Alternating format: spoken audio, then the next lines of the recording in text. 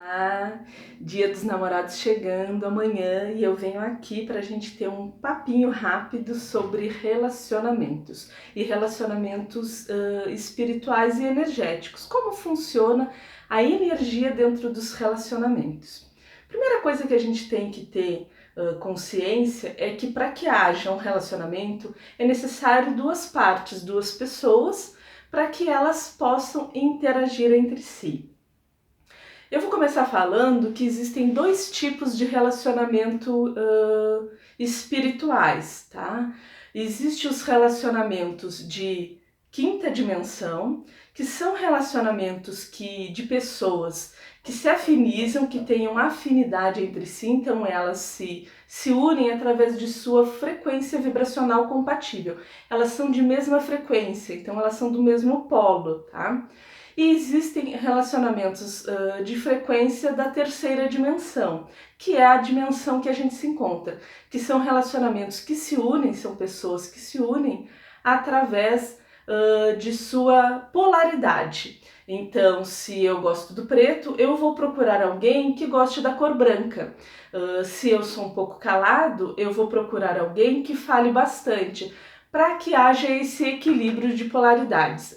Então, existem esses dois tipos de relacionamento espiritual, tá? Então, são os da quinta dimensão, em que juntos gostam do branco ou unem o branco com o preto e fazem um cinza e seguem esse caminho comum de mesma frequência vibracional. Já a gente estando aqui na terceira dimensão, a gente precisa, e vivemos nesse mundo de polaridade, para que haja esse equilíbrio, os opostos. E aí as pessoas vão se complementando ou, em alguns casos, disputando, né? Por isso que há, muitas vezes, conflito dentro dos relacionamentos, porque determinada pessoa, né, um gosta de uma coisa e o outro gosta de outra. E não há um equilíbrio, não há uma concessão, né?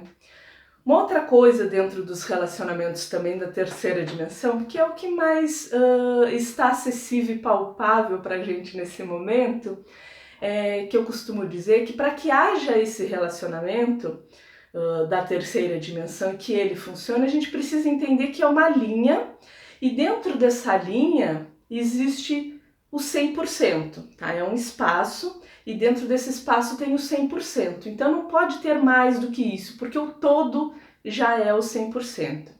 Então, para que haja esse equilíbrio, é necessário que essa parte doe 50% e essa parte doe 50%, para que os dois se encontrem no meio, para que haja o equilíbrio.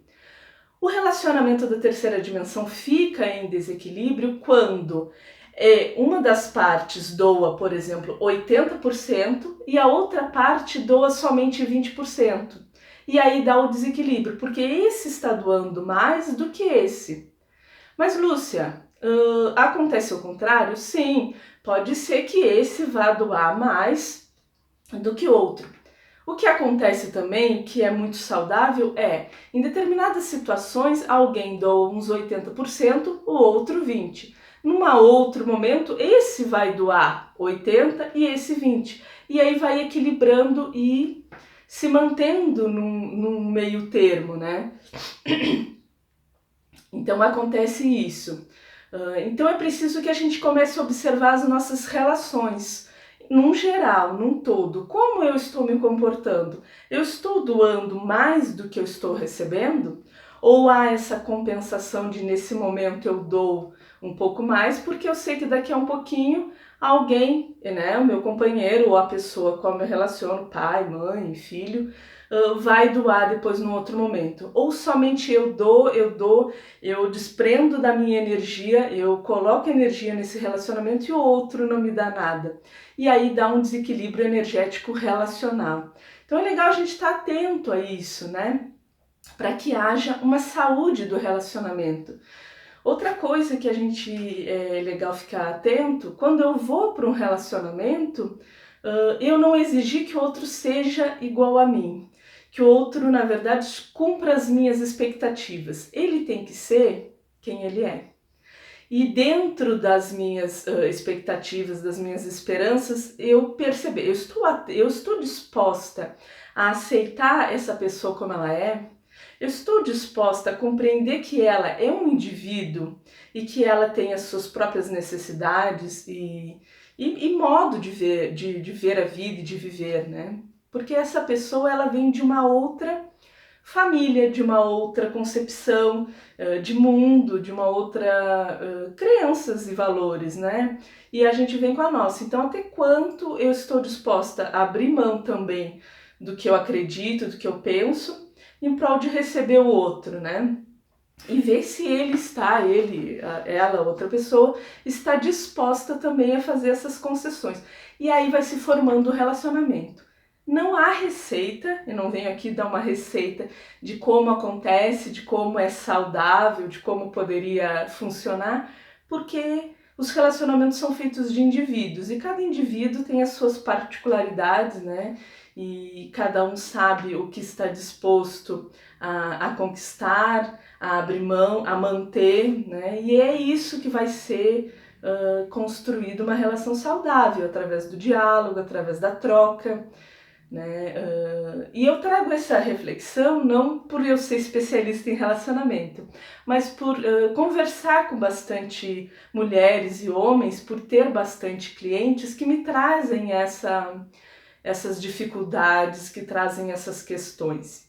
Tanto que dentro do curso do Despertar da Loba, que eu trabalho com a arte terapia e o empoderamento feminino, o que acontece? Tem um momento em que a gente faz um exercício, né?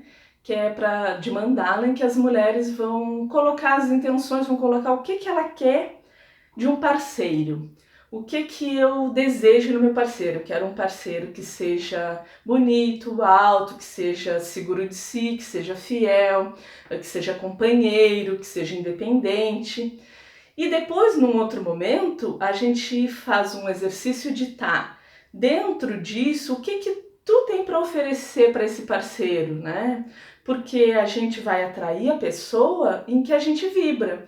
Então não adianta eu querer um parceiro, uma parceira que seja super resolvido na vida, que tenha uma maturidade emocional, se eu ainda não estou trabalhada, se eu ainda não olhei para as minhas questões e, como eu digo, vasculhei meu quartinho escuro, né? Não adianta eu querer alguém assim, se eu não fiz isso.